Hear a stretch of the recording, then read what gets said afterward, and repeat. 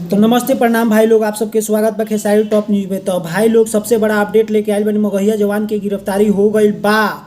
यहाँ भाई लोग रउआ आप सब सच सुनत आनी कि साथ साथ में समर सिंह और गौतम सिंह राजपूत के भी गिरफ्तारी हो गई।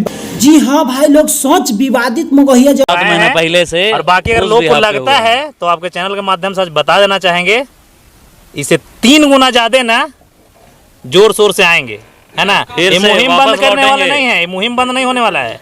कौन नहीं गया है जेल जी? आजीवन मुहिम चलेगा। कौन नहीं गया है जेल? भगत सिंह जेले जाके भगत सिंह का आया था। एक्टिवेट के तहत पुलिस गिरफ्तार कैले बाड़े। तो भाई लोग रायपुर में जाके पुलिस उनका गांव में मगहिया जवान की गिरफ्तार कैले बाड़े। भाई लोग ऐसा विवाद तो रहुआ आप सब बहुत ही देखत रहनी है, चाहे कि खेसारी लाल यादव होकर, चाहे पवन सिंह होकर, चाहे और भी अन्य कलाकार होकर, जाना के वो लोग बहुत ही ज़्यादा बात विवाद में लेके आवत रहा और गाली गलौज भी करते रहा। तो भाई लोग हम इस बात से सहमत बानी, फिर भी वो लोग के जौन अच्छा गाना बा ओके सपोर्ट ना करते रहो, जितना खराब गाना बा बहुत। अश्लीलता का मुहिम के लिए एक ही शब्द कहना चाहेंगे, अश्लीलता बंद कर दो, नहीं तो फिर तैयार रहो, जेल तुम भी जाने।